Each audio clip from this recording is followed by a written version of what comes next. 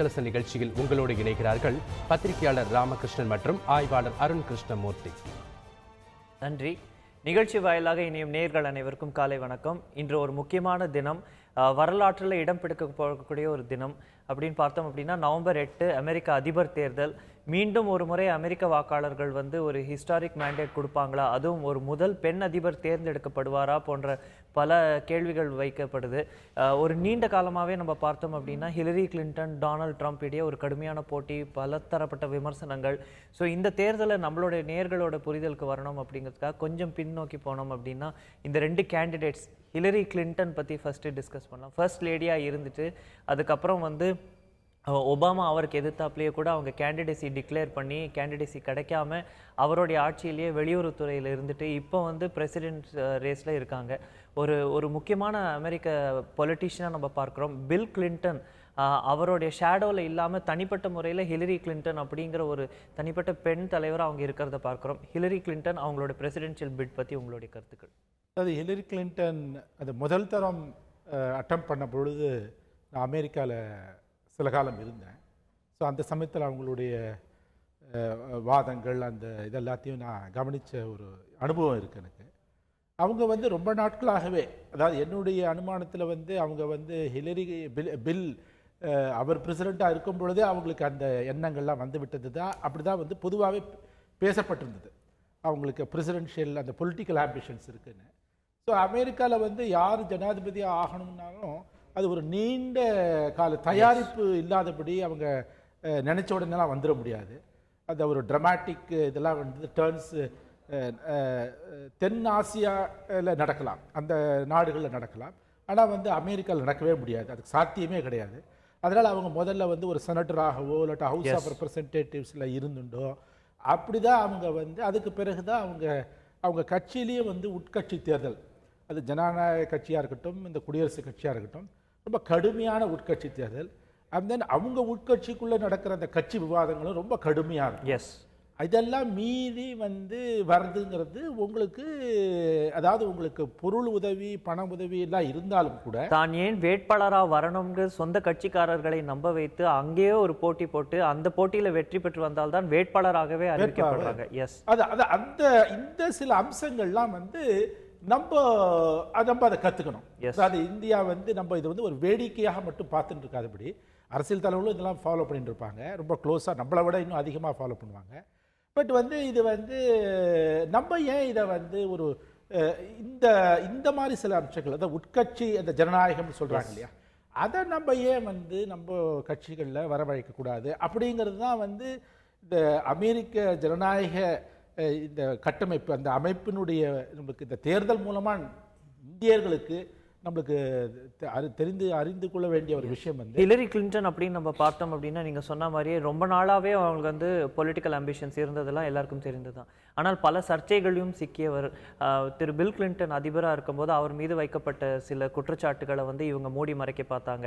அதிலிருந்து ஆரம்பித்து இப்போ ஒரு email server, personal email server use பண்ணி அமெரிக்கா அரசாங்கத்தோட முக்கிய இமெயில்ஸை இவங்க அதிலிருந்து அமைச்சதுனால நாட்டோட பாதுகாப்புக்கு பங்கம் விளைச்சிட்டாங்க போன்ற சர்ச்சைகள் இவர்கள் மீது இருக்கு. ஊழல் குற்றச்சாட்டுகளும் சில அவர்கள் மீது இருக்கிறத பார்க்கிறோம். ஸோ இதெல்லாம் தாண்டி அவர் அதிபர் தேர்தலில் வெற்றி பெறுவதற்கான வாய்ப்புகள் எவ்வளோ இருக்குன்னு நினைக்கிறீங்க? அதாவது இப்போ பொதுவாக சொல்லும் பொழுது பல சர்வேஸ் அஃப்கோர்ஸ் இந்த பர்சன்டேஜ் வைஸ் நிறைய போடுறாங்க. பர்சன்டேஜ் வைஸ் ஓகே, அதில் அவங்க தான் லீடிங்கில் இருக்காங்க. பட் இன்னொன்று என்னென்னா அங்கே எலக்டோரல் ஓட்ஸ் தான் ரொம்ப முக்கியம். அதனால் பாப்புலர் ஓட்ஸ், அதாவது மக்களுடைய ஓட்டு நீங்கள் அதிகமாக பெற்றிருந்தா கூட எலக்டோரல் ஓட்ஸ், அதாவது இப்போ இந்த ஒவ்வொரு மாநிலம் மாகாணத்துக்கு ஒரு எண்ணிக்கை இருக்குது. ஸோ அதில் நீங்கள் பார்த்தீங்கன்னா 50 மாநிலங்கள் இருக்குன்னா ப்ளஸ் டிசி, அது பார்த்தோம்னா நம்ம இந்த 50ல் ஒரு 13-14 அவங்க கான்சென்ட்ரேட் பண்ணி 270 தாண்டிட்டாங்கன்னு வச்சுக்கோங்க, அப்போ வெற்றி பெற்றது. பல முறை பல தரம் அப்படிதான் நடந்திருக்கு. இந்த சர்ச்சைகள் வாக்காளர்கள் மத்தியில் அவங்களுக்கு ஒரு டென்ட் ஏற்படுத்தியிருக்காதுன்னு பார்க்க. அதாவது இல்லை, அந்த டென்ட் எல்லாம் இருந்திருக்கலாம். பட் ஆனால் ஜனநாயக கட்சிக்குன்னு ஒரு வாக்கு வங்கி, ஜனநாயக கட்சியை வாக்களிக்கணும் அப்படின்ற ஒரு இது இருக்கு. அதற்கு பிறகு இன்னொன்று என்னன்னா இவங்க ஒரு கண்டினியூட்டி இருக்கும். அதாவது இது ஒரு ப்ளஸ்ஸாகவும் சொல்லலாம் மைனஸாகவும் சொல்லலாம், ஒரு சேஞ்ச் இருக்காது இவங்க அதுன்னு. பட் அமெரிக்கா நம்ம மக்கள் பார்த்தீங்கன்னா நான் கவனித்த வரையிலையும் அவங்க வந்து பல விஷயங்களில் வந்து அவங்க ரொம்ப அதாவது ஒரு பெரிய நம்ம நினைக்கிற மாதிரி ஒரு பெரிய தடால் புடால் அந்த வாழ்க்கை வாழ்கிறவங்க இருக்காங்க. பட் பெரும்பாலான மக்களுக்கு வந்து அவங்களுக்கு எந்த விதமான ஒரு பாதிப்பு இல்லாதபடி அப்படியே போகணும். ரொம்ப அவங்களுக்கு வந்து ரொம்ப சில விஷயங்கள்லாம் ரொம்ப அவங்களுக்கு சில விஷயம் ரொம்ப அவங்களுக்கு நெருக்கமான சில விஷயம் மட்டும் தான் தெரிஞ்சிருப்பாங்க. நம்மள மாதிரி எல்லா விஷயங்களையும் ரொம்ப பெரிய அதனால அந்த மாதிரியான மக்களுக்கும் இவங்க வந்து ஒரு ஒரு ஒரு ஒரு பாதுகாப்பு கொடுப்பாங்க. இந்த மைனாரிட்டிஸ், ஹிஸ்பானிக்ஸ், மற்ற African Americans, religious minorities, race minorities பற்றிலாம் பேசுகிறோம். அப்படி பேசும்போது பேசப்பட வேண்டிய ஒரு முக்கியமான ஒரு வேட்பாளர் அப்படின்னு பார்த்தா டொனால்ட் ட்ரம்ப். ஒரு தொழிலதிபர், அதுக்கப்புறம் தொலைக்காட்சிகளில் நிறைய அந்த உள்ளூர் தொலைக்காட்சிகளில் நிறைய வந்தவர். இதுக்கு முன்பு ரியாலிட்டி ஷோவில் தொடங்கி பல விஷயங்கள். அவர் டொனால்ட் ட்ரம்ப் அப்படின்னா அவர் அமெரிக்காவில் தெரிந்த ஒரு முகமாக இருந்து திடீர்னு அரசியல் பிரவேசம் செய்து நீங்கள் சொன்ன மாதிரி திடீர்னு யாரோ ஒருத்தர் அரசியலில் வந்துட முடியாது. ஆனால் அது உடை தெரியும் விதத்தில் டொனால்ட் ட்ரம்ப் ஒரு கடந்த சில ஆண்டுகளில் தான் அவருடைய அரசியல் பிரவேசம் இருக்கிறத பார்க்குறோம். அந்த கட்சியே வந்து பிளவுபடும் அளவுக்கு வந்து அங்கே ஒரு டிவிசிவ் லீடராக அவர் இருக்கிறதையும் பார்க்குறோம். டொனால்ட் ட்ரம்ப் எந்த விதத்தில் வந்து அமெரிக்க அதிபர் தேர்தல் மட்டும் இல்லை உலக அரசியலில் வந்து என்ன வெளிப்படுத்துறதா நினைக்கிறீங்க டொனால்ட் ட்ரம்ப்போட கேண்டிடேசி? அதாவது நான் அமெரிக்க அரசியலை முதல்ல சொல்லிடுறேன். அதாவது அமெரிக்கா மிடில் கிளாஸ் வந்து ஒரு மாதிரியான ஒரு கிரைசிஸில் இருக்காங்க. அந்த கிரைசிஸ்க்கு அவர் மருந்து கொடுப்பாரு அப்படிங்கிறத ஒரு ஒரு தரப்பில் நம்புகிறாங்க. அதாவது அங்கே வந்து நீங்கள் பார்த்தீங்கன்னா ஒரு கணக்கு எடுத்திருக்காங்க. 18 வயது ஆறத்துக்குள்ள 70% மாணவர்கள் கடனுக்கு வந்துடுறாங்க. எஸ். அதுக்கப்புறம் வந்து ஒரு 1.65 lakh American families have filed for bankruptcy. So இந்த மாதிரி நிறைய விஷயங்கள் இருக்குது. அதுக்கப்புறம் வந்து இன்னொரு ஸ்டடி படி என்னன்னா, இன்றைக்கு ஒரு குடும்பத்தில் 2 பேர் சம்பாதிக்கிற அவங்களுடைய அந்த வாழ்க்கை தரம் ஒரு தலைமுறைக்கு முன்பு ஒரு பேர் சம்பாதிச்ச பொழுது அவங்களுடைய வாழ்க்கை தரத்துக்கு குறைவாக தான் இருந்திருக்கு அப்படின்னு. ஸோ இந்த அமெரிக்காவில் வந்து அந்த ஜாப்ஸ் எல்லாம் குறைஞ்சி போயிடுச்சு, மற்ற நாடுகளுக்கு போயிடுது. இப்போ டெட்ராய்ட் பார்த்தீங்கன்னா அவ்வளோ சிட்டி வந்து இன்னைக்கு ஒரு டெட் சிட்டி மாதிரி. அது எனக்கு ரொம்ப வருத்தமாக இருக்குது அதெல்லாம். ஸோ இதை வந்து பார்த்தோம்னா அதெல்லாம் வந்து அது அவங்களுக்கு ஒரு பெரிய என்ன நம்ம நாட்டில் வந்து அதாவது ஒரு வேலையில் ஒரு பொருளாதார ஒரு சிக்கல் அவங்களுக்கு அந்த நாட்டில் இருக்குது. ஸோ அதை வந்து அவர் என்ன பண்ணுறார், டார்கெட் பண்ணுறார். ஸோ டார்கெட் பண்ணும் பொழுது அந்த மக்களுக்கு இது வந்து ஒரு நம்பிக்கை ஊட்டுறதா இருக்குது. ஏன்னா இவங்களுடைய ஹிலரியுடைய இதில் வந்து இந்த கண்டினியூட்டி இருக்கும். அவங்க ஒன்றும் புதுசாக ஒன்றும் பிரமாதமாக ஒன்றும் சொல்லிடல எதையுமே. பட் ட்ரம்ப் வந்து அவருக்கு எவ்வளவோ அந்த நெகட்டிவ் பப்ளிசிட்டி இருந்தாலும் அந்த அமெரிக்க மக்கள் மத்தியில் அந்த மிடில் கிளாஸ் மத்தியில் அவருக்கு ஒரு ஒரு அதை என்ன அவங்களுக்கு தேவைங்கிறத உணர்ந்து அதை இது பண்ணுறார். ஸோ அதுதான் அவருடைய பெரிய ப்ளஸ் பாயிண்ட். நேர சுருக்கத்தின் காரணமாக நம்ம வந்து ரொம்ப சுருக்கமாக பேச வேண்டியது ஒன்று பார்த்தீங்க அப்படின்னா, இந்திய வாக்காளர்கள், இந்திய வம்சாவளி அமெரிக்க வாக்காளர்கள் எந்த பக்கம் போகிறதுக்கான வாய்ப்புகள் அதிகம் இருக்குன்னு நினைக்கிறீங்க? அதாவது அதாவது இது அகைன் நம்ம பார்த்தீங்கன்னா ஒரு 40 வருஷமாக பார்த்தோம்னா எல்லாரும் சொல்லுவாங்க டெமோக்ராட்ஸ் சப்போர்ட் பண்ணுவாங்க அப்படின்னு. நம்ம பட் அப்படி இல்லை. இப்போ புஷ் டயத்துலலாம் வந்து ரிப்பப்ளிகன்ஸ் அந்த இதுவும் இருக்குது. இந்த 2 வாக்காளர்களுமே வந்து இந்த மக்களை பற்றி ஒரு மாதிரி அவங்களுக்கு இது பண்ணுற மாதிரி தான் பேசியிருக்காங்க. ஏன்னா இப்போ வந்து இந்த லெஸ்பியன், கே இந்த ரைட்ஸ்லலாம் வந்து இவங்களை பற்றியெல்லாம் வந்து டெமோக்ராட்ஸ் ரொம்ப சப்போர்ட்டிவாக இருக்காங்க. அதில் வந்து இந்தியர்களை வம்சாவழியை போய் கேட்டிங்கன்னா அவங்களுக்கு அதெல்லாம் வந்து ஒரு அசூயப்படுறாங்க, ஏன்னா இதெல்லாம் பேசலாமா அப்படின்னு. ஸோ அதை பற்றி மேபி நம்ம இந்திய கலாச்சாரத்தினுடைய தாக்கமாக கூட இருக்கலாம். அவங்க அமெரிக்காவில் வாழ்ந்துட்டு இருக்கலாம், பட் சில விஷயங்களில் வந்து அவங்களுக்கு இதெல்லாம் வந்து இமிகிரேஷன், இக்கானமி இது சம்மந்தப்பட்ட விஷயங்களில் இந்தியர்களை கவரும் விதத்தில் 2 பேருமே பேசியிருக்காங்க. இந்தியர்களுக்கு வந்து எச்சரிக்கை விடும் விதத்துலையும் 2 பேருமே பேசியிருக்காங்க. அந்த கண்ணோட்டத்தில் பார்த்தோம் அப்படின்னா, அதாவது நான் வந்து இப்போ இந்த ஹிலரி வந்து ஒரு ஸ்பெசிஃபிக்காக ஒரு பாயிண்ட் சொல்கிறாங்க, அந்த ஸ்டெம் கேட்டகரின்னு சொல்கிறாங்க, சயின்ஸ், இன்ஜினியரிங், டெக்னாலஜி, மெடிசல் அப்படி சொல்கிறாங்க. ஸோ அவங்களுக்கு அந்த அவங்க என்ன சொல்கிறாங்க, நீங்கள் அது 1.65 lakh ஸ்டூடெண்ட்ஸ், இந்தியன் ஸ்டூடெண்ட்ஸ் அங்கே போய் பர்சியூ பண்ணுறாங்க, ஸ்டடீஸ் பண்ணாங்க. ஹையர் ஸ்டடீஸ் பண்ணிங்கன்னா நீங்கள் பிஹெச்டியோ ஏதோ பண்ணாங்கன்னா அவங்களுக்கு நான் ஆட்டோமேட்டிக்காக ஒரு க்ரீன் கார்டு கொடுக்குறேன் அப்படிங்கிற, அதாவது அந்த ப்ராசஸ் செஞ்சுருவோம் அப்படின்னு சொல்கிறாங்க. அது வந்து அவங்கள பொறுத்தவரையிலையும் அதாவது அந்த விசா அந்த விஷயங்களில் வந்து அவங்க ஒரு இது கொடுக்குறாங்க. அந்த இவர் வந்து இந்த இல்லீகல் இமிகிரேஷன் தான் அவருடைய ட்ரம்ப்னுடைய இது வந்து இல்லீகல் இமிகிரேஷன் தான் அவர் ரொம்ப விமர்சிக்கிறாரு. அது வந்து அவங்களுக்கு அது ரொம்ப நீண்ட நாளாக இருக்கிற பிரச்சனை. பட் அதையும் அவங்களால முழுமையாகவும் தீர்த்தர முடியாது. எனர்ஜி தொடங்கி கிளைமேட் சேஞ்சிலிருந்து இல்லை வெப்பன்ஸ் வரைக்கும் இந்தியாவோட என்ன உறவு புது அதிபர் மெயின்டைன் பண்ண போறாருங்கிற விஷயத்த உன்னிப்பாக கவனிக்க தான் போகிறோம். இன்றைய தினம் அமெரிக்க நாள் நவம்பர் 8ஆம் தேதி அங்கே ஆரம்பிக்கும் போது வாக்குப்பதிவு ஆரம்பிக்க போது உடனடி முடிவுகளும் தெரிய வந்துவிடும். ஸோ யார் முதல் பெண் அதிபரா இல்லை டொனால்ட் ட்ரம்ப் ஜெயிக்க போறாரா இல்லை அதை தவிர இருக்கக்கூடிய வேட்பாளர்கள் என்ன தாக்கத்தை ஏற்படுத்த போறாங்க அனைவத்தையும் பொறுத்திருந்து பார்க்கவிருக்கிறோம். காங்கிரஸ் கட்சியின் அடுத்த தலைவராக திரு ராகுல் காந்தி எப்பொழுது நியமிக்கப்படுவார் என்ற கேள்வி ரொம்ப நாளாகவே இருக்குது. அவர் அந்த பதவியை ஏற்றுப்பாரான்ற கேள்வியும் ரொம்ப நாளாகவே இருக்குது. ஆனால் அதுக்கான சில ஓவர்ச்சர்ஸ் நேற்று தெரிய ஆரம்பிச்சிருக்கு. காங்கிரஸோட காரிய கமிட்டி மீட்டிங்கில் பல தலைவர்கள் வந்து திரு ராகுல் காந்தி தலைமை பொறுப்பை ஏற்கணும், இது சரியான தருணம்னு சொல்கிறாங்க. ஆனால் சோனியா காந்தி அவர்களை அண்டர்மைன் பண்ணாமல் தான் அதை சொல்கிறாங்க, அவர்கள் இப்போ தலைவராக தான் இருக்கணும் அப்படின்ற.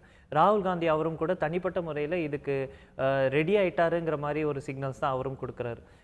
கூடிய விரைவில் 2019 தேர்தலுக்கு முன்பா இல்லை கூடிய விரைவிலையோ திரு ராகுல் காந்தி வந்து தலைமை பொறுப்பை ஏற்பாருன்னு நம்ம பார்க்கலாமா, இல்லை இது வந்து வருஷா வருஷம் நடக்கிற ஒரு கஸ்டமரி ஈவெண்ட் அப்படின்னு விட்டுருணுமா? இல்லை அவர் அதாவது இந்த தரமாவது ஏற்பார் நான் நினைக்கிறேன். ஏன்னா இப்போ அவர் ஒரு 2004 எம்பிஆர், இப்போ வந்து 12 வருஷம் ஆயிடுத்து. ஸோ ஒரு போதிய அளவுக்கு ஒரு அனுபவம், அதாவது ஒரு அரசியல் குடும்பத்தில் இருக்கிறதுனால ஒரு மாதிரி அவருக்கு கொஞ்சம் ஒரு ஃபேர் ஐடியா இருந்திருக்கும் before coming to politics. So அவர் என்னை பொறுத்த வரைக்கும் அதாவது அவர் இந்த 2004 to 2014 சில வாய்ப்புகள்லாம் அவரே பயன்படுத்திக்கல. Yes, like becoming a minister or ஏதோ ஒரு number 2 position in government or even இது. ஸோ இப்போவாது ஒரு பொறுப்பு அவர் வந்து ஏற்றுக்கிறது தான் வந்து, ஏன்னா அதை அவர் ஏற்றுக்காம போகிறார், தவிர்க்கிறார், அதை வந்து அவர் வந்து தட்டி கழிக்கிறார் அப்படிங்கிற மாதிரி அவர் ஒரு எண்ணம் வந்து சில மக்கள்கிட்ட இருக்குது. ஸோ நீங்கள் வந்து அது பொதுவாகவும் இருக்குது. அதனால் அதை வந்து அவர் அந்த எண்ணத்தை வந்து முதல்ல அவர் இது செய்யணும் அப்படின்னா, அந்த ஒரு நெகட்டிவ் இமேஜ் அவர் கரெக்ட் பண்ணணும்னா, தென் he should readily say that yes, okay, let his mother be the guide of the party, yes, patron, whatever it is, then he can take over. அதாவது பாலிடிக்ஸில் நீங்கள் அந்த ஸ்டெப் எடுத்தாதான் உங்களை ஒரு லீடருக்கான ஒரு நீங்க சொன்ன மாதிரி அவருடைய தயக்கத்தை வந்து பல பேர் வந்து கேள்வி கேட்க ஆரம்பிச்சிட்டாங்க, ஏன் வந்து அவர் ஒரு பதவி எடுத்துக்க மாட்டேங்கிறார் அப்படின்னு. ஆனாலும் வந்து பொதுவாக அனைவருக்கும் தெரிந்தது என்னன்னா, திருமதி சோனியா காந்தி அவர்கள், திரு ராகுல் காந்தி அவர்கள், இவர்கள் இருவரையே சார்ந்து தான் காங்கிரஸ் கட்சியில் பல முடிவுகள் எடுக்கப்படுது, இவர்கள் இருவரையும் அணுகிதான் பல முடிவுகள் எடுக்கப்படுது அப்படின்னு. ஸோ இந்த பொசிஷன் அப்படிங்கிறது வெறும் நாமன் கிளேச்சர் வாக்காளர்களுக்காக அப்படின்னு பார்க்குறோமா, இல்லைன்னா கட்சியிலேயே கூட புது ஊக்கத்தை அது கொடுக்கும்னு பார்க்கலாமா? அதாவது நீங்கள் லீடராக ஆகாத வரையில் நீங்கள் லீடர் இல்லை. அது பிரசிடென்ட் ஆஃப் த பார்ட்டி. அது என்ன நீங்கள் எவ்வளவுன்னா சொல்லலாம், நீங்கள் யூ மே பி த அவங்க சொல்கிற மாதிரி டிஃபேக்டோ பிரசிடெண்ட்டாக கூட இருக்கலாம், நான் இல்லைன்னு சொல்ல. பட் அப்போ தான் வந்து அது வந்து கட்சிக்குள்ளே ஒன்றாது இதுவாக இருக்கலாம். அவங்களுக்கு வந்து கட்சி ஒர்க்கர்ஸு, ஊழியர்கள், அவங்களுக்கெல்லாம் வந்து ஒன்றும் அது பெரிய வித்தியாசப்படுத்தாமல் இருக்கலாம்.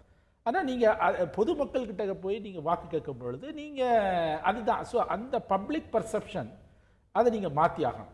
அதை மாற்றணுன்னா இவர் தலைவராக வந்து எடுத்துட்டாதான் அதைத்தான் வந்து ஒரு இதுவாக இருக்குமே தவிர, நீங்கள் நான் வைஸ் பிரசிடெண்ட்டாகவே இருக்கிறேன், எங்கள் அம்மா இருக்காங்க, நான் அப்படி பார்த்துக்கிறேன் அப்படி இப்படின்னா அது வந்து அகைன் அந்த தட்டி கழிக்கிறாரு அந்த பொறுப்பை அப்படிங்கிற ஒரு எண்ணத்தை தான் வலியுறுட்டுமே தவிர அவருக்கு அது நல்லது செய்யாது.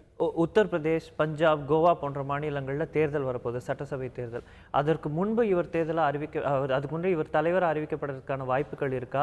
இருந்தால் இவர் தலைவராக அறிவித்தது பிறகு காங்கிரஸ்க்கு அங்கே ப்ராஸ்பெக்ட்ஸ், அதுவும் பஞ்சாப், கோவாலெல்லாம் அவர்கள் ஆட்சியில் இருந்திருக்காங்க, உத்தரப்பிரதேசத்துலையும் இருந்திருக்காங்க, ஆனால் ரீசன்ட் பாஸ்டில் இல்லைங்கிறத பார்க்குறோம்.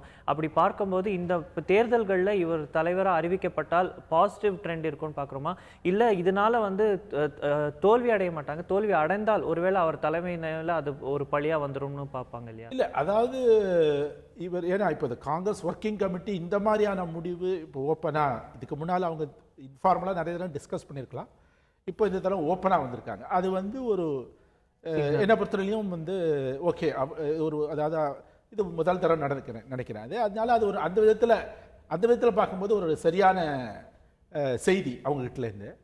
ரெண்டாவது அதனால் அவங்க இந்த டைமிங் பார்த்தான்னா இந்த எலெக்ஷனுக்கெல்லாம் ஸ்கெட்யூல்லாம் அனௌன்ஸ் பண்ணுறதுக்கு முன்னால் நம்ம இது அவரை பற்றி சொல்லிடணும் அப்படின்னு அவங்க எதிர்பார்க்குறாங்க. ஸோ அதனால இவர் வந்துடுவார், அதுக்கு முன்னாலேயே இவருக்கு அந்த பதவி கொடுக்கப்படும். ஏன்னா இன்னொன்று அவங்க சோனியாவுக்கு உடம்பு முடியல, அடிக்கடி அமெரிக்கா போகிறாங்க, செக்கப்பு அது இதுலாம், அதனால அதுவும் அகைன் அந்த கட்சிக்கு அது ஒரு நல்ல இது இருக்காது. ஸோ இது வந்து ஒரு அதனால் விரைவிலே அவர் தலைவர் ஆயிடுவார்னு தான் எனக்கு தெரியறது. எஸ். பட் இது வந்து இப்போ இந்த தேர்தலில் வந்து எந்த மாதிரியான தாக்கத்தை ஏற்படுத்தும் அப்படிங்கிறது வந்து மேபி ஊழியர்களுக்கு அந்த கட்சி இவங்களுக்கு வந்து அது ஒரு இது கொடுக்கலாம், ஊக்கம் கொடுக்கலாம், ஒரு பூஸ்ட் கொடுக்கலாம். பஞ்சாப்ல அவங்களுக்கு இன்னும் வின்னிங் சான்சஸ் இருக்குன்னு நான் நினைக்கிறேன். ஏன்னா அமரீந்தர் சிங் வந்து ஒரு ஸ்ட்ராங் லீடராக தான் வந்து கருதப்படுறாரு. அவருக்கு பல பலவீனங்கள் இருந்தாலும் கூட, குறைபாடுகள் இருந்தாலும் கூட, அருண் ஜேட்லியே வந்து தோக்கடிச்சாரு. இன்னொன்று அங்கே பஞ்சாப்ல வந்து அவங்களுக்கு இப்போ காங்கிரஸ்க்கு ஒரு ஹோல்டு இருக்கு, ஸோ ஒரு பேஸ் இருக்கு, அதை வந்து அவங்க இது. ஆனால் நான் என்ன நினைக்கிறேன்னா, இப்போ இந்த தேசிய தலைவர் ஒரு பதவிக்கு ஒருத்தர் வர்றதுனாலேயே இந்த மாநில தேர்தல்களில் வந்து அந்த தேர்தல் முடிவுகள் மாற்றம் இருக்கு இல்லையா, அது வந்து நீங்கள் அந்த கோரிலேஷன் வந்து ரொம்ப ரொம்ப குறைவு. அதனால் அவர் பெரிய இது இல்லாமல், ஆனால் அவர் என்ன செய்யலான்னா, அது வந்ததுக்கு பிறகு வேணால் நீங்கள் ரைட் இது அப்ரோச் இன்னும் கொஞ்சம் அந்த மாதிரி ஏதாவது கட்சியை வந்து இப்போ வந்து சில சமயம் வந்து முடிவெடுக்காமல் இருக்கலாம். நான் வந்து தலைவராக இல்லாதனால அந்த முடிவை வந்து சொன்னாலும் கூட ஏற்றுக்கொள்ள முடியாத நிலையில் சில தலைவர்கள் இருக்கலாம். அதெல்லாம் கரெக்ட் பண்ணலாம். 2019 நாடாளுமன்ற தேர்தலும் திரு ராகுல் காந்தியும் அப்படின்னு நம்ம பேச ஆரம்பிச்சோம் அப்படின்னா, பல தேர்ட் பார்ட்டிஸ்ல இருந்து நம்ம பார்த்தோம்னா காங்கிரஸ், பாஜக அல்லாத பல கட்சிகள், மம்தா பானர்ஜி அவர்கள் தொடங்கி நிதிஷ்குமார் வரை தேசிய அளவில் முக்கியத்துவம் பெற பல தலைவர்கள் காத்து கொண்டிருக்கிறாங்க. அப்படி பார்க்கும்போது திரு ராகுல் காந்தி ஒரு பிரைம் மினிஸ்டரியல் கேண்டிடேட்டாக வரதுக்கு இது ஒரு இனிஷியல் ஸ்டெப்பாக பார்க்குறோம். அது மட்டும் இல்லாமல் இன்னொன்று என்னன்னா, ஒரு கூட்டணி அப்படின்னு அனைவரையும் கொண்டு செல்லக்கூடிய ஒரு பக்குவம் அவருக்கு இருக்குன்னு நம்ம பார்க்கலாமா? ஒரு தமிழகம் தொடங்கி ஜம்மு காஷ்மீர் வரைக்கும் இருக்கக்கூடிய அனைத்து அரசியல் கட்சிகள், இந்த லோக்கல் பார்ட்டிஸ், இவர்கள் எல்லாரோடய ஒரு கூட்டணி, ஒரு மெகா கூட்டணி ஸ்டிச் பண்ணி பாஜகவை எதிர்கொள்ளக்கூடிய அளவுக்கு அவரால் முடியும் நம்ம பார்க்கலாமா? அதாவது அந்த முயற்சிகளை எடுத்துதான் ஆகணும். எஸ். அதாவது இந்த முயற்சிகள் வந்து பலன் அளிக்குதா பலன் அளிக்கலையா அப்படிங்கிறது ஒன்று. பட் ஆனால் நான் என்ன சொல்றேன், அதை விட அவர் முதல்ல கட்சியை வந்து, ஏன்னா அவர் அந்த 2014 தேர்தலுக்கு முன்னால உட்கட்சி தேர்தல் மாதிரி ஏதோ செய்யறேன் அப்படின்லாம் செய்ய பார்த்தாரு. அது ஒன்றும் நடக்கலை. பட் அட்லீஸ்ட் இதுக்கு பிறகாவது வந்து நீங்கள் இந்த அலையன்ஸ் ஸ்டிச் பண்ணுறது அது பாட்டு பண்ணுங்க. அதாவது அதுக்கான முயற்சிகள் எடுங்க. இன்னும் சொல்லப்படனா அது வந்து நீங்கள் அந்தந்த மாநிலங்களில் சில தலைவர்களை நீங்கள் ஊக்கப்படுத்தி இவரோட தலைமை அவங்கள ஏற்றுப்பாங்கன்னு பார்க்கலாமா மற்ற கட்சிகள்? இவருடைய தலைமை அதில் அவங்களுக்கு ஒன்றும் தயக்கம் இருக்காதுன்னு தோணுது. எஸ். ஸோ நம்ம காங்கிரஸ் கட்சியில் ஒரு முக்கிய டெவலப்மெண்ட்க்கு காத்துட்டு கொண்டிருக்கிறோம். திரு ராகுல் காந்தி தலைவராக நியமிக்கப்படுவாரா, அவர் ஏற்றுக்கொள்ளப்படுவாரா போன்ற பல கேள்விகள் வைக்கப்படுது. வரவிருக்கக்கூடிய நாட்களில் இதுக்கு பதில் தெரியும் என எதிர்பார்க்கிறோம். இந்தியாவுக்கு 3 நாள் அரசுமுறை பயணமாக வந்திருக்கக்கூடிய UK prime minister Theresa May அவர்களின் கூட்டு முயற்சி பற்றி தான் நம்ம இப்போ விவாதிக்க போகிறோம். அதை பார்த்தோம் அப்படின்னா, நேற்றைய தினம் பிரதமர்களிடையே திரு நரேந்திர மோடி, தெரேசா மே அவர்களிடையே நேற்றைய தினம் டிஸ்கஷன்ஸ் நடக்குது. வீசா தொடங்கி டெரரிசம் வரைக்கும் பல விஷயங்கள் விவாதிக்கப்படுது.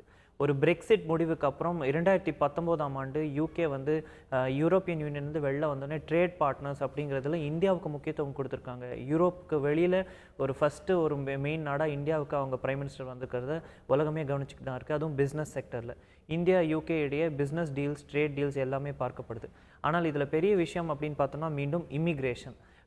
நேற்றைய தினம் ப்ரெஸ் கான்ஃபரன்ஸில் பேசும்போது கூட பிரைம் மினிஸ்டர் மே வந்து சொல்கிறாங்க, நாங்கள் வீசா கொடுக்கறதுல தயங்க மாட்டோம், ஆனால் வந்து சரியான முறையில் ஈக்குவல் வால்யூம்ஸ் திருப்பி வந்துடணும் அப்படின்னு, அங்கேயே தங்கிடக்கூடாதுன்னு. அதுக்கு நம்ம தரப்பு வெளியுறவுத்துறையிலிருந்தும் கவுண்டர்ஸ் கொடுக்கப்படுது. ஸோ இதை எப்படி பார்க்கணும்? இது ஒரு ஆன்கோயிங் டசில், வீசா பிரச்சனை, business development, India UK relationship. அப்போ அதாவது லண்டன் வந்து ரொம்ப ஒரு அழகான ஒரு பிரம்மாண்டமான நகரம். ஸோ லண்டனுக்கு போனதுக்கு பிறகு, அங்கே நீங்கள் ஒரு காலம் இருந்ததுக்கு பிறகு திரும்பி வரத்துக்கு ரொம்ப மனசு கஷ்டமாக தான் இருக்கும். ஆனால் அவங்க வந்து இதுதான் அந்த பிரெக்சிட் வரத்துக்கே காரணமாக போயிடுது. அதனால தான் அவங்க இந்த இமிகிரேஷனை வந்து தாச்சர் டயத்துலேருந்து, மார்கரெட் தாச்சர் டயத்துலேருந்து ரொம்ப ஸ்ட்ரிஞ்சண்ட்டாக பண்ணணும் அப்படின்னு தான் அவங்க பார்க்குறாங்க. பட் அகைன் அது பிரிட்டிஷ் சிஸ்டம் வந்து அது ஒரு ரொம்ப liberal system as of even with all its ஓட்டைகள், வீக்னஸஸ். அதனால அவங்க வந்து அவங்க அப்படிதான் சொல்லிட்டு இருப்பாங்க. ஐ திங்க் அது பாட்டு தொடர் கதையா தான் இருக்கும். நீங்க சொன்ன மாதிரி அந்த பிரெக்சிட் ஓட் நடந்ததுக்கான மெயின் பிளாங்கே வந்து இமிகிரேஷன் தான். அதில் பார்க்கணும், அது இந்தியர்கள்னு பெரும்பான்மையா இல்லாம ஈஸ்ட் யூரோப்பியன், பல தரப்பட்ட மக்கள் வந்து யூரோப்க்கு வந்து யூகேக்குள்ளே வந்துட்டு இருக்காங்கங்கிறதுனால மெயினாக வந்து ஜாப் லாஸஸ் நடக்குது. இதை வந்து இப்போ அங்கே கூட ஸ்ட்ரிஞ்சன்ட் லாஸ் வரதை பார்க்குறோம். வெளிநாடுகள்லேருந்து வேலை தேடி வருவர்கள், ஸ்டூடெண்ட்ஸ் தொடங்கி அங்கே ஸ்டூடெண்ட்ஸ் படித்து முடிச்சுட்டு, இந்தியாவிலேருந்து போகக்கூடிய ஸ்டூடெண்ட்ஸ் அங்கே படித்து முடிச்சுட்டு உடனடியாக இந்தியாவுக்கு திருமணம் போன்ற ஸ்ட்ரிஞ்சன்ட் ரெகுலேஷன்ஸ் வரதையும் பார்க்குறோம். இது வந்து இங்கேருந்து போகக்கூடிய ஸ்டூடெண்ட்ஸ் அளவில் கூட குறைவு ஏற்பட்டிருக்கிறதையும் நம்ம பார்க்குறோம். ஸோ இதனால் இந்தியா யூகே ரிலேஷன்ஷிப்பில் வந்து நம்ம ஒரு மிட் பாயிண்ட்டை தான் இருக்கோம்னு நினைக்கிறோமா? ரொம்ப ப்ராஸ்பெரிட்டி இல்லாத ஒரு காலகட்டத்தில் தான் இப்போ இருக்கோம்னு பார்க்குறோமா? அது ஒரு ஃபேஸ் தான். அது நீங்கள் சொன்ன மாதிரி அது ஒரு இது ஒரு ஒரு ஒரு ஒரு ஒரு இந்த ஒரு என்ன ஒரு மந்த நிலைன்னு சொல்லலாம். இந்த ஒரு இது அப்படியே தான் தொடரும்னு நினைக்கிறேன். ஆனால் ஏன்னா அவங்களுக்கு வந்து எப்படி இந்த அமெரிக்கன் இது சொன்ன மாதிரி அங்கே என்ன ஏன் பிரெக்சிட்டுக்கு ஏன் ஆதரவு வந்துச்சுன்னா, இந்த அவங்க இப்போ லண்டன் மட்டும் இல்லை, மற்ற சின்ன சின்ன நகரங்கள்லையும் அவங்க மற்ற நாட்டு மக்கள் தான் அதிகமாக இருக்காங்க. ஸோ இப்போ இந்த நாடு வந்து யாருது அப்படிங்கிற மாதிரி அவங்களுக்கு சில கேள்விகள் வர ஆரம்பிச்சிருச்சு. ஸோ இது வந்து அந்த இதுக்கெல்லாம் வந்து அந்த நாட்டு தலைவர் வந்து ஒரு பிரதமராக இருக்கிறவர் வந்து அந்த ஐயங்களுக்கு அதுக்கு ஒரு இது செய்யணும், அவர் அட்ரஸ் செய்யணும். இல்லாட்டா அவர் அங்கே பிரைம் மினிஸ்டராக இருக்க முடியாது. ஸோ அதனால் இதில் வந்து நம்மளுக்கு கஷ்டங்கள் வரும், இந்த வெளிநாட்டு மக்களுக்கு ஒரு இதுவாக வரும். பட் நான் என்ன நினைக்கிறேன்னா, அது ஒரு liberal system. All set and ton British is liberal system. So அவங்க வந்து இதுக்கு அவங்களே ஒரு தீர்வு கொடுத்துருவாங்க. அதாவது அவங்க வந்து ஒரேடியாக ஒரு ரொம்ப எக்ஸ்ட்ரீம் பொசிஷனுக்கு அவங்க ரொம்ப போயிட மாட்டாங்க. இந்த முறை இந்த ட்ரேட் டீலாக இருக்கட்டும், இல்லை எந்த தரப்பட்ட விவாதங்களாக இருக்கட்டும், அதில் இந்தியாவும் ஒரு ஸ்ட்ராங் பாயிண்ட் எடுக்கிறத நம்ம பார்க்குறோம். இந்தியாவும் வந்து பொறுத்திருந்து பல முடிவுகளை எடுக்கிறதா அட்மினிஸ்ட்ரேட்டிவ் சைடில் இருக்கிறதையும் ஊடகங்களில் வந்திருக்கிற செய்தி வாயிலாக நம்ம பார்க்குறோம். இதில் அடுத்த முக்கியமாக இதே விஷயத்தில் நம்ம விவாதிக்க வேண்டியது பார்த்தீங்க அப்படின்னா, ஒரு லிஸ்ட் ஆஃப் 57 தலைமறைவாகி இருக்கக்கூடிய இந்தியர்கள் யூகேக்கு சென்று தஞ்சம் அடைந்திருக்கக்கூடிய ஒரு 57 பேரோட லிஸ்ட்டை வந்து பிரதமர்களிடையே எக்ஸ்சேஞ்ச் ஆகிறத பார்க்குறோம், பிரதமர் ஆஃபீஸ்க்கு இடையே எக்ஸ்சேஞ்ச் ஆகிறத பார்க்குறோம். அதில் பார்த்தீங்கன்னா திரு விஜய் மல்லையா தொடங்கி லலித் மோடி வரைக்கும் அவர்களோட பெயர்கள்லாம் இருக்குது. ஸோ இது வந்து ஒரு முக்கியமான ஒரு ஸ்டெப் அப்படின்னு பார்க்குறோமா, இல்லை இந்த லிஸ்ட்டு கொடுத்ததுனால அவர்கள் இங்கே மீண்டும் கொண்டு வரப்படுவார்கள் அப்படிங்கிற நம்பிக்கை வைக்கலாமா, இல்லை இது வந்து ஒரு அட்மினிஸ்ட்ரேட்டிவ் ப்ராசஸ் தான், இதில் பெருசு அளவுக்கு அவங்க உடனே ஆக்ட் பண்ணி அந்த 57 பேரும் இந்தியாவிடம் ஒப்படைக்கப்படுவார்கள் என்பதுக்கு எந்த ஒரு உத்தரவாதம் இல்லைன்னு எடுத்துக்கலாமா? அதாவது இது அட்லீஸ்ட் இது ஒரு ஃபர்ஸ்ட் ஸ்டெப். நீங்கள் வந்து இப்போ இங்கே வந்து ஏன்னா நீங்கள் இதை 2 நாடுங்கிறது தவிர இப்போ இங்கே வந்து இப்போ பிரதம மந்திரி மோடி மேலே என்ன ஒரு விமர்சனம் வச்சாங்க, நீங்கள் என்ன செஞ்சிட்டீங்க, விஜய் மல்லையா மேலே நடவடிக்கை என்ன எடுத்தீங்களா, லலித் மோடி மேலே நடவடிக்கை. ஸோ அதுக்கு அவர் என்ன சொல்லலாம், நான் ஒரு லிஸ்ட்டை கொடுத்துட்டேன் அப்படின்னு சொல்லலாம். இன்னொன்று அவங்க வந்து அது அவ்வளோ ஒரு சம்பிரதாயமாக மட்டும் பார்க்க மாட்டாங்கன்னு நினைக்கிறேன். ஏன்னா ஒரு பிரைம் மினிஸ்டர் லெவலில் ஒரு ஹை ப்ரொஃபைல், ஒரு பப்ளிக்லி எக்ஸ்சேஞ்ச். ஸோ அப்படின்னா அதுக்கெல்லாம் ஒரு வேல்யூ இருக்குது. அது வந்து அவங்களுடைய ப்ராசஸ் வந்து it will take some time. But ஏன்னா அது ஒரு லிபரல் சிஸ்டம், அவ்வளோ வந்து எக்ஸ்டென்ஷன் இதெல்லாம் வந்து ரொம்ப, அதாவது அவங்க ரொம்ப ஒரு அந்த லிபரல் கேரக்டர்னாலேயே எல்லாத்துக்குமே அவங்க ஒரு இது கொடுப்பாங்க. அது எல்லாத்தையும் யோசிச்சு தான் அவங்க செய்வாங்க. நீங்கள் நினைக்கிற மாதிரி நம்ம நினைக்கிற மாதிரி ஒரு சர்வாதிகார நாட்டில் சில காரியங்கள் ரொம்ப எளிதில் நடத்தலாம். பட் இங்கிலாந்து மாதிரியான நாடுகளில் நடக்காது. பட் அதை நம்மளும் தொடர்ச்சியாக நம்மளும் சின்சியராக இருக்கோங்கிறது நம்மளும் காமிக்கணும். எஸ், உலக அளவில் பொருளாதாரம் பல நாடுகளில் வந்து சுணக்கம் அடைஞ்ச நிலையிலும் இந்தியாவில் வளர்ச்சி இருக்கக்கூடிய ஒரு ஸ்டாட்டிஸ்டிக்ஸ் நம்ம பார்த்து கொண்டு தான் இருக்கிறோம். இந்தியாவிலிருந்து பொருளாதார உறவை மெயின்டைன் பண்ண பல நாடுகள் முயற்சி செய்து கொண்டு தான் இருக்கின்றது. இந்தியாவும் அதற்கான முயற்சிகளை எடுத்துக்கொண்டு இருக்கிறத பார்க்கிறோம். அந்த வகையில் யூகே பிரைம் மினிஸ்டர் தெரேசா மேவின் இந்த சுற்றுப்பயணம் வந்து முக்கியத்துவம் பெறுது. இன்றைய தினம் அவர்கள் பெங்களூர் செல்கிறாங்க. அங்கே இருக்கக்கூடிய ஐடி ஃபர்ம்ஸ் குறித்தும் நிறைய விஷயங்கள் விவாதிக்கப்படும்னு பார்க்கிறோம். வரவிருக்கக்கூடிய நாட்களில் இந்தியா யூகே ரிலேஷன்ஷிப் ட்ரேட் தொடங்கி டெரரிசம் வரைக்கும் நம்மளுடைய அசோசியேஷன் எப்படி இருக்க போகிறது என்று பொறுத்திருந்து பார்க்கணும். திங்கட்கிழமை அன்று உச்சநீதிமன்றத்தில் கேரள அரசாங்கம் எடுத்த ஒரு நிலைப்பாடு வந்து அதிர்வலையை ஏற்படுத்தியிருக்கு. சபரிமலை கோயிலில் பெண்களை அனுமதிப்பதில் எங்களுக்கு எந்த ஆட்சேபமும் இல்லை, அனுமதிக்கப்படணுங்கிற நிலைப்பாட்டை கேரள அரசாங்கம் எடுக்கிறாங்க. ஸோ இதில் பார்க்கும்போது கேரளா அந்த சபரிமலை கோவில் போர்டு என்ன சொல்கிறாங்க அப்படின்னா, அரசாங்கம் ஒரே வருடத்துக்குள்ளே 2 முறை எப்படி அவங்க ஸ்டாண்ட் பாயிண்ட்டை மாற்றிக்கலாம். இதில் அரசியல் பார்த்தோம் அப்படின்னா, இதுக்கு முன்பு பிப்ரவரியில் அந்த நிலைப்பாட்டை எடுத்தது காங்கிரஸ் அரசாங்கம், இப்போ எடுத்திருக்கிறது எல்டிஎஃப் அரசாங்கம், கம்யூனிஸ்ட் கட்சிகளுடைய எல்டிஎஃப் அரசாங்கம் அப்படின்னு பார்க்குறோம். இதுக்கு முன்பும் பல தரப்பட்ட கோவில்களோ தர்காக்களோ அதை பற்றி நீதிமன்றங்கள் கூறியதாவது, அனுமதிக்கு கிடையாது அப்படின்னா யாருக்குமே அனுமதிக்காதீங்க, ஒரு ஜெண்டர் ஸ்பெசிஃபிக்காக அனுமதி கிடையாது நீங்கள் சொல்லாதீங்க போன்ற ஸ்டாண்ட் பாயிண்ட்டை இதுக்கு முன்பு கோர்ட் எடுத்ததை பார்க்குறோம். ஸோ சபரிமலை விஷயத்தில் ரொம்ப சென்சிட்டிவான ஒரு சப்ஜெக்டாக பார்க்குறோம். பலதரப்பட்ட மக்களுடைய ஒரு இமோஷன்ஸை இது ரிவோக் பண்ணும் பார்க்குறோம். அப்படி பார்க்கும்போது இந்த கேரள அரசாங்கத்தோட இந்த ஸ்டாண்ட் பாயிண்ட்ல பாலிடிக்ஸ் இருக்குன்னு நினைக்கிறீங்களா, இல்லை ஜெண்டர் பேலன்ஸ் பண்ண ட்ரை பண்ணுறாங்கன்னு எடுத்துக்கலாமா? பாலிடிக்ஸ் தான் இருக்குன்னு தெரியுது எனக்கு. ஏன்னா அவங்க வந்து 2007 இதே மேட்டர் வந்திருக்கு, அப்போ ஒரு ஸ்டாண்ட் எடுத்திருக்காங்க. அதுக்கப்புறம் இந்த 2016 பிப்ரவரி திங்க் இப்போ மறுபடியும் நவம்பர் 2016. பட் நான் என்ன இதுலன்னா, இவங்க வந்து ஆட்சி மாறும்போது இந்த மாதிரியான இதில் வந்து ஒரு அரசாங்கம் வந்து தன்னோட நிலப்பாட்டை மாற்றிக்கிறதுங்கிறது அது வந்து அகைன் அழகு இல்லை. அது அந்த அரசுக்கும் வந்து இப்போ அரசோட நிலப்பாடுன்னு எப்படி மாறிண்டே இருக்குமா? இப்போ திடுப்புன்னு வேற ஏதோ ஒரு ஆட்சி 2007 கம்யூனிஸ்ட் அரசாங்கம் வந்து இதுக்கு ஆதரவு தெரிவிக்கிறாங்க. பெண்கள் இப்போ அதே நிலைப்பாட்டை தான் அவங்க எடுத்திருக்காங்க. கட்சிகள் மாறும்போது கட்சிகளின் ஆட்சிகள் மாறும்போது நிலைப்பாடு மாறுறதை பார்க்கிறோம். இதை வந்து கோர்ட் கேள்விக்குறியாக்காதுன்னு பார்க்குறோமா? இல்லை, அது கோர்ட் கேள்விக்குறியாவது ஆகும். ஏன்னா நீங்கள் வந்து அவங்களுக்கு கோர்ட்டுக்கு வந்து இது நீங்கள் வந்து அந்த அரசாங்க சார்பில் தான் நீங்கள் பதில் மனுவோ அதோ போடுற மாதிரி. ஸோ அதில் வந்து யார் பொலிட்டிக்கலாக உங்கள் ஸ்டாண்ட் என்ன, உங்கள் பொலிட்டிக்கல் ஃபிலாசபி அதில் ரிஃப்ளெக்ட் ஆகுதா அப்படிங்கிறதெல்லாம் வந்து இது. பட் அகைன் நான் என்ன சொல்கிறேன், இப்போ நீங்கள் அந்த மாதிரி இருக்கும் பொழுது இந்த மாதிரி இப்போ இதை தவிர்க்கிறதுக்கு இவங்க எல்லாத்துக்கும் தான் ஆல் பார்ட்டி மீட்டிங், அனைத்து கட்சி, இதுக்கு ஒரு அனைத்து கட்சி கூட்டி வச்சு, அது மட்டும் இல்லாமல் இது அரசியல் இது மட்டும் இல்லை, இது அந்த பார்வையில் மட்டும் இல்லாதபடி உங்களுக்கு இது அந்த டெம்பிள், அந்த ரிலீஜியஸ் லீடர்ஸ் இவங்களோடையும் நீங்கள் கலந்து ஆலோசிக்கணும். ஏன்னா அந்த மாதிரி விஷயங்களை நீங்கள் டச் பண்ணும்போது நீங்கள் வந்து ஒரு இதில் வந்து அரசியல் ஒரு கூட்டணி தன்னுடைய நிலப்பாடு தெரிவிக்கணும், அதனால தனக்கு அது அரசியல் ஆதாயம் வரும் அப்படின்ற மாதிரி இதை வந்து இந்த மாதிரி விஷயங்களை எடுத்துன்னு போகிறது வந்து ஆரோக்கியமானதல்ல. எஸ், இது வந்து ஒரு டிவிசிவ் பாலிடிக்ஸ்க்கு வழிவகுக்கும் அப்படிங்கிறத நம்ம பார்க்குறோம். இது எந்த அளவுக்கு வந்து கேரளா அரசியலில் ஒரு அதிர்வலை ஏற்படுத்தும் பார்க்கலாம். அங்கே வந்து இப்போ ஏற்கனவே பார்க்குறோம் எல்டிஎஃப், யூடிஎஃப், பாஜக ஒரு மூன்றாவது அணியாக எல்லாருமே இருக்காங்க. அப்படி பார்க்கும்போது இது வந்து மீண்டும் ஒரு டிவிசிவ் பாலிடிக்ஸ்க்கு வழிவகுத்துரும்னு பார்க்குறோம் இல்லையா? அதாவது அங்கே பிஜேபி வந்து அங்கே ஒரு பிஜேபி ஆர்எஸ்எஸ் அங்கே ஒரு ஸ்ட்ராங் எப்போவுமே இருக்குது. பட் இது வந்து பிஜேபி அதை வந்து பயன்படுத்திக்கும். அதாவது நான் என்ன சொல்கிறேன், இந்த பிஜேபியை நீங்கள் அவங்க வந்து ஊக்குவிக்கணும்னா இந்த மாதிரி அவங்க வந்து ஒரு காரியம் பண்ணலாம். அதாவது எல்டிஎஃப் அவங்க நினைக்கிறாங்க நாங்கள் ஜெண்டர் ஈக்குவாலிட்டி அப்படி இப்படின்னு சொல்லி ஒரு முடிவு எடுக்கிறாங்க. பட் இது என்ன ஆகும், பிஜேபி இது வந்து இதை பயன்படுத்தி கொண்டு அதை வந்து ஒரு தீவிரமான இதுக்கு அது வந்து ஒரு பாலிடிக்ஸ் டிவிசிவ் நான் சொல்கிறத விட ஒரு புதிய அரசியல் சக்தி பெரிய அளவில் வர்றதுக்கு இது வந்து வழிவகுக்கலாம். அதனால் அதை வந்து அந்த நிலப்பாடை தான், அந்த ஒரு சுச்சுவேஷனை தான் வந்து நிலையத்தான் வந்து எல்டிஎஃப் விரும்புதாங்கிறத அவங்க பார்த்துட்டு தான் செய்யும். எஸ், மத உணர்வுகளுக்கு வந்து முக்கியத்துவம் கொடுத்து நீண்ட காலமாக கலாச்சாரம் போற்றி அப்படி பார்க்கும்போது பல விஷயங்கள் இதுக்கு சென்சிட்டிவாக ஹேண்டில் பண்ண வேண்டிய ஒரு கட்டாயத்துக்கு எல்லாருமே தள்ளப்படுறாங்க. ஜெண்டர் பேலன்ஸும் இருக்கணுங்கிற கருத்துக்களும் வைக்கப்படுது. கோர்ட் வந்து February 20 இதை ஒத்து வைக்கிறாங்க. ஸோ அன்றைய தினம் என்ன நடக்கவிருக்குன்னு பார்க்க போகிறோம். கண்டிப்பாக இது வந்து பெரிய அளவுக்கு ஒரு டிபேட்டபிள் டாபிக். ஜெண்டரும் சரி ரிலிஜனும் சரி அப்படின்னு தான் நம்ம பார்க்குறோம். இதுலேருந்து நம்ம இன்னும் ஒரு ரொம்ப டிபேட்டபிள் டாபிக் வந்தோம் அப்படின்னா, என்டிடிவி இந்தியா மேலே சுமத்தப்பட்ட அந்த ஒன் டே பேன், அதை வந்து இப்போ மினிஸ்டர் வெங்கையா நாயுடு வந்து ஒன் டே ஹோல்ட் பண்ணியிருக்காங்க. அந்த ஒன் டே பேனை பிரணாய் ராய் தலைமையில் பலர் வந்து அவரை சந்திக்கிறாங்க.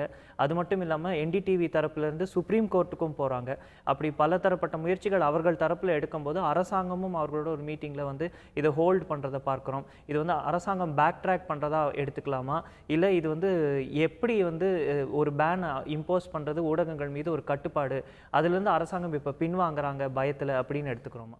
இல்லை, இதுக்கு வந்து பல இது தரப்பிலிருந்து இப்போ பயங்கர கண்டனம். எஸ், ஸோ இந்தியா முழுவதும் அதுக்கு வந்து பத்திரிகை நிறுவனங்கள், பத்திரிகையாளர்கள் சங்கங்கள்லாம் அதுக்கு வந்து எதிர்ப்பு தெரிவிச்சிட்டாங்க.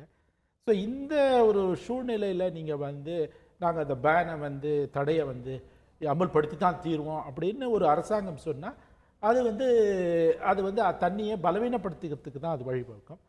ஸோ அதனால் அந்த விதத்தில் இந்த எண்ணங்களுக்கு, இந்த கருத்துக்களுக்கு அவங்க மரியாதை கொடுத்துருக்காங்க. அதை நான் வந்து நான் வரவேற்கிறேன். ஆனால் இது டெம்பரரி ஹோல்டு தான் போட்டிருக்காங்க. இது வந்து இன்னும் கம்ப்ளீட்டாக ரிவோக் பண்ணலங்கிறது பார்க்குறோம். ஸோ இன்னும் அவங்க காஷியஸாக ஸ்டெப்ஸ் எடுக்க தான் வெயிட் பண்ணுறாங்கன்னு பார்க்குறோமா? ஏன்னா இது வந்து கடுமையாக கண்டிக்கத்தக்க வேண்டிய விஷயம்னு ஊடகங்கள்லேருந்து எல்லாரும் மட்டும் இல்லாமல் ஜனநாயகத்துக்கு இது ஒரு பிளாட் அப்படின்னு எல்லாரும் சொல்கிறத பார்க்குறோம். அரசாங்கம் வந்து அதற்கு செவி கொடுத்து இதை வந்து ரிவோக் பண்ணுவாங்கன்னு நம்ம எதிர்பார்க்கலாம். அதாவது அவங்க எப்போதுமே இந்த மாதிரி தான் முதல்ல சொல்லும் பொழுது we will hold it in abeyance அந்த ஒரு வார்த்தை தான், இது ஒரு சம்பிரதாய வார்த்தை. பட் அதை விட வந்து இந்த மாதிரியான இம்ப்ளிமெண்டேஷன் அந்த ப்ரொசீஜரை வந்து அதில் வந்து அடிப்படையான சில மாற்றங்கள் செய்யறது தான் வந்து கோர்ட்ல இருந்து இதுக்கு என்ன தீர்வு வரப்போறதுங்கிறதையும் பொறுத்து வந்து பார்க்கணும். அதுக்கு பொறுத்து தான் அரசாங்கம் இதுக்கு என்ன முடிவு எடுக்க போறாங்க, ரிவோக் பண்ணுவாங்களா இல்லை கோர்ட் என்ன மாதிரி இதுக்கு ஒரு தீர்ப்பு கொடுக்க போறாங்கிறதையும் பொறுத்து இருந்து பார்க்கணும். பெங்களூர் அருகே படப்பிடிப்பின் போது ஏற்பட்ட ஒரு அசம்பாவிதம் தான் இப்போ ரொம்ப வருத்தத்துக்குரிய விஷயமா பார்க்குறோம். ஒரு சேஃப்டி ப்ரிகாஷன்ஸ்லாம் எடுத்திருக்காங்களாங்கிற கேள்விகள் நிறைய வருது. அவங்க பெர்மிஷன்ஸுக்கு மீறி அவங்க வந்து இல்லீகலாக செயல்பட்டிருக்காங்களாங்கிற கேள்விகளும் வைக்கப்படுது. ஒரு நீர்நிலையில் வந்து படப்பிடிப்பின் போது 2 ஸ்டண்ட் ஆக்டர்ஸ் வந்து நீரில் மூழ்கி இன்னும் அவர்கள் வந்து கண்டுபிடிக்கப்படலை அப்படிங்கிறத பார்க்குறோம். ஒரு நடிகர் 3 பேர் விழுறாங்க, அதில் ஒருத்தர் வந்து நீந்தி கரை சேர்ந்துடுறார். பாக்கி 2 பேர் என்ன ஆனாங்கன்னு இன்னும் தெரியல, அவங்க இறந்துட்டாங்கங்கிற செய்திகள் தான் வருது. ஸோ இந்த சேஃப்டி ப்ரிகாஷன்ஸ் இல்லாமல், ஏன்னா இது நம்ம நிறைய இடங்களில் பார்க்குறோம். கோயம்புத்தூர் தொடங்கி ஒரு பேராஷூட்லேருந்து நிறைய ஆக்சிடென்ட்ஸ் நடக்கிறத பார்க்குறோம். ஒரு ரெகுலேஷன்ஸ் இதுக்கெல்லாம் இல்லாதது வந்து ரொம்ப வருத்தத்துக்குரிய விஷயமா தான் இருக்குது. இதுக்கு என்ன பண்ணலாம்ன்ற தீர்வு இருக்கும்னு நினைக்கிறேன். அகைன் எனக்கு இந்த சட்டங்கள் சட்ட விதிகள் அந்த இதிலலாம் எனக்கு ரொம்ப அதிகமாக நீங்கள் அதிகப்படுத்துறதுல வந்து ஒன்றும் இது இல்லை. நீங்கள் ரோட்ஸ் பாருங்கள், இந்த நிறைய மக்கள் படித்தவங்க அதாவது எப்படி அவங்க பயன்படுத்துகிறாங்க, ஏதாவது ஒரு ஒரு ஒரு தான் இஷ்டப்படி ஓட்டுறது. ஸோ இந்த ஒரு மனநிலை தான் எல்லா இடத்துலையுமே வெளிப்படுறது. நீங்கள் இந்தியாவில் நடக்கிற எல்லா வெவ்வேறு விதமான விபத்துகள்லையும் நம்ம ஒன்றுமே நடக்காது எஸ் அப்படின்னு நீங்கள் ஒன்றுமே நடக்காதுன்னு நினச்சிட்டிங்கன்னா ஒன்றுமே இப்படி தான் நடக்கும். ஸோ அதை வந்து நம்ம வந்து we should take our lives more seriously. And then நம்ம என்ன செஞ்சோம், என்ன மாதிரியான விளைவுகள் வரும், அதை பற்றி நம்ம யோசிக்கணும். ஸோ அதனால் இந்த சட்டங்கள் விதிமுறைகள் நீங்கள் கடுமைப்படுத்தலாம், அகைன் அமுல்படுத்துறது ஒரு விஷயம். அதை விட மக்களை வந்து நம்ம வந்து ஜாகிரதையாக இருக்கணும். எஸ் ஜாகிரதையாக இருக்கணுங்கிறத பற்றி நம்ம கொஞ்சம் கூட அக்கறையே கிடையாது அப்படி நம்ம இருந்துட்டோம்னா இந்த மாதிரியான விபத்துகள் வந்து அது துரதிருஷ்டவசமாக திருப்பி திருப்பி நடக்கும். நம்ம அதை பேப்பரில் பார்த்துட்டே இருக்கணும். அதிகாரிகள் தரப்புலேருந்து வைக்கக்கூடிய வாதங்கள் அப்படின்னு பார்த்தோம் அப்படின்னா, நாங்கள் பெர்மிட் பண்ண ஏரியாவை தாண்டி அவர்கள் போயிருக்காங்க, பெர்மிட் பண்ண டைமுக்கு அப்புறம் இன்ஸ்பெக்ஷன் இல்லாத டைமில் அவங்க வாட்டர் பாடிக்குள்ளே போய் ஷூட் பண்ணியிருக்காங்க, அதுக்கு பெர்மிஷனே கிடையாது அப்படிங்கிறாங்க. சினிமா துறையில் வந்து இந்த மாதிரி நம்ம ரெகுலேஷன்ஸை ஃபாலோ பண்ணல அப்படிங்கிற மாதிரி ஒரு ராங் ப்ரெசிடென்ட்டை இது செட் பண்ணுறதா பார்க்குறோம். ஸோ இதுக்கு என்ன நடவடிக்கைகள் எடுப்பாங்கன்னு எதிர்பார்க்கலாம்? இல்லை, அவங்க அரெஸ்ட் பண்ணுவாங்க, அந்த ப்ரொசீஜர் லீகல் ப்ரொசீஜர் போவாங்க. அகெயின் நான் நீங்கள் முதல்ல சொன்ன மாதிரி சட்ட விதிமுறைகள் இப்போ அந்த விதிமுறைகளை இவங்க ஃபாலோ பண்ணுறாங்களா இல்லையான்னு ஏன் அந்த ஷூட்டிங் சைட்டில் ஒரு 4 பேரை போட்டு அந்த மாதிரி போகாதீங்கப்பா, அது போனால் பிரச்சனை வரும், இல்லாட்டா அவனை ஸோ இதுக்கு நீங்கள் அப்ரூவல் எடுக்கலையே, ஏன் அது எடுக்கலை, அந்த மாதிரி கேட்கறதுக்கு அவங்க என்னென்னா அவங்க சரி நீங்கள் எடுக்கிறீங்களா ஷூட்டிங் எடுத்துக்கோங்க அப்படி நீங்கள் அதாவது அந்த நம்ம வந்து எந்த மாதிரியான ஒரு விதிமுறைகளை வச்சாலும் அதை நீங்கள் அமுல்படுத்துறது தான் வந்து அங்கே தான் நம்மளுக்கு பெரிய இது இருக்குது. இந்த அமுல்படுத்துவது வந்து நம்மளுக்கு இது பண்ணாத வரையில் நீங்கள் என்ன மாதிரியான புதிய புதிய இதை கொண்டு வந்தாலும் அதில் ஒன்றும் பெரிய மாற்றம் இருக்க போகிறதில்ல. ஒரு ஸ்டண்ட் காட்சிகள் படமாக்கப்படும் போது ஒரு ராங் எக்ஸாம்பிளை மக்களுக்கு இது செட் பண்ணுறதா அப்படிங்கிற கேள்விகளும் வைக்கப்படுது. உயிரிழந்த அவர் இருவருக்கும் நம்ம வந்து ஆழ்ந்தானது அவங்களை தெரிஞ்சுக்கிறோம். இது போன்ற சம்பவங்கள் நடைபெறாமல் இருக்கணுங்கிறது தான் நம்மளுடைய வேண்டுகோளாகவும் இருக்குது. இன்றைய தினம் அமெரிக்க அதிபர் தேர்தல் தொடங்கி பல முக்கிய விஷயங்களை இந்த நிகழ்ச்சியில் விவாதிச்சிருக்கிறோம். நிகழ்ச்சியில் கலந்து கொண்டு அவர் கருத்துக்களை பகிர்ந்து கொண்டதுக்கு மிகவும் நன்றி. பார்த்த உங்கள் அனைவருக்கும் நன்றி. இன்றைய நாள் பொழுதில் நடக்கவிருக்கக்கூடிய பல முக்கிய விஷயங்களை நாளை இதே செய்தி அரங்கிலிருந்து விரிவாக விவாதிப்போம். நன்றி, வணக்கம்.